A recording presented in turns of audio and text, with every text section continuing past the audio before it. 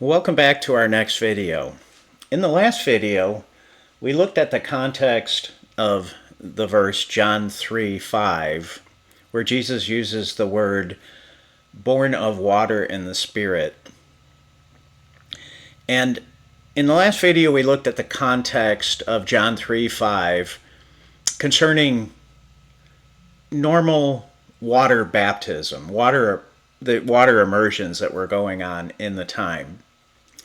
In this video, I want to look at the context of the words water and the Spirit to see if there's anything in the context that should cause us to understand water and the Spirit in any way other than it's presented in the text, in the context of the baptizing that we saw in the previous video.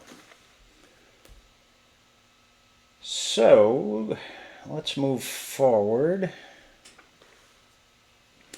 In this context of John chapter 1 verse 24 through chapter 4 verse 28, of the 20 times John uses the word water in this gospel, 16 times it's used in these verses here, in this context.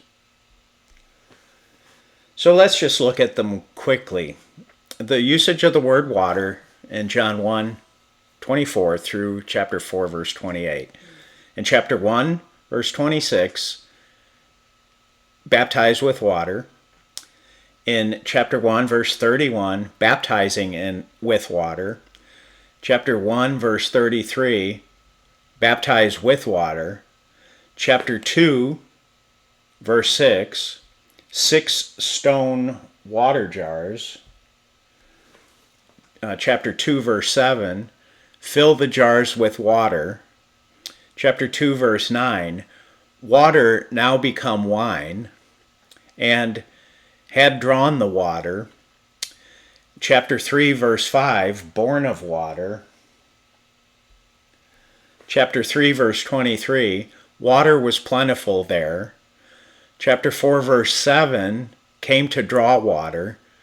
Chapter 4, verse 10, given you living water.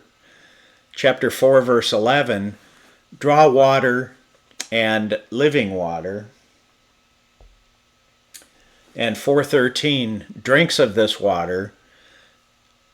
Verse 14, water I will give.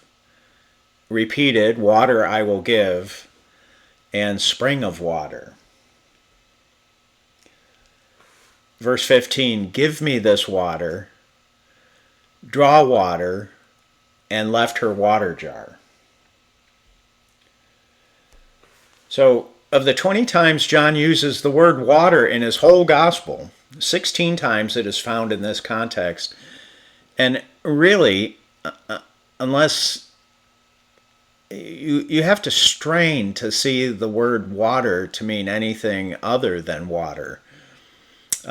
Jesus uses a metaphor of living water, and I think he's referring to there's a difference between physical water and living water, and just like there's a difference between taking a bath and being baptized. So the word water in this, even if you grant that, water is water in this section. It doesn't refer to anything else but water.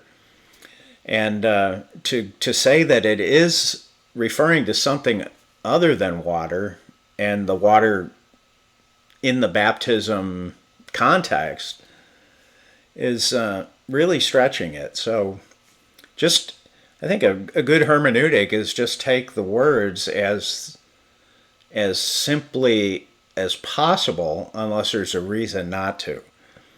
And a reason not to is somebody's theology rather than what the text is saying. So interpret the text first simply and see what it says. And then if it goes against your philosophy or your theology, you should question that theology. Where did that come from? So anyways, here's the context of John 3:5 in the context of what is water in this context.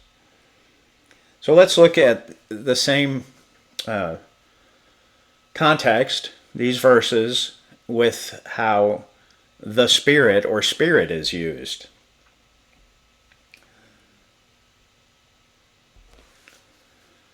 John uses the word Spirit 8 times in this context and 8 times elsewhere. So half the time the word Spirit is used in these 3 chapters. 124, 224, 324. 4 chapters. In chapter 1, verse 32, saw the Spirit descend. 1 verse 33, the Spirit descend and remain. Chapter 3 verse 5, water and the Spirit. Chapter 3 verse 6, born of the Spirit. Chapter 3 verse 8, born of the Spirit. Chapter 3 verse 34, the Spirit without measure. Chapter 4 verse 23, in spirit and truth. Chapter 4:24, God is spirit, and worship in spirit and truth. Excuse me. So we've looked at this one baptism now. We are looking in the Gospel of John, and we're going to look at in the other Gospels and see how baptism is understood there. But in this, Jesus made an important statement that unless one is born of water and the Spirit, he cannot enter the kingdom of heaven. Christian tradition from the beginning considered baptism the point at which one was washed, regenerated, and born again, until sometime in the Reformation, and I think it was with Zwingli, where the regeneration was removed from baptism and put somewhere else. Anyways, we were just looking at the context of this John 3 verse 5. We looked at it from the context of baptism, the usage of the word water, and the usages of the word Spirit, and there's nothing in the context that makes us want to have a different understanding that it's referring to baptism and its normal usage of the word water, and the difference is that entering the kingdom requires a baptism of water and the Spirit, which really wasn't given until Christ was glorified. So we really have to look at this carefully. Jesus said, I say to you, unless one is born of water and the Spirit, he cannot enter the kingdom of God. So let's look at some of the context conclusions. John 3:5, water and the Spirit occurs in the immediate context of baptisms in water. The verse also occurs in a context where the word water is understood normally, and in a context where the words the Spirit is to be understood normally. And therefore, water and the Spirit should be understood as referring to Christian water baptism. Being born again is being born of water and the Spirit, which is the one baptism that we've been teaching about.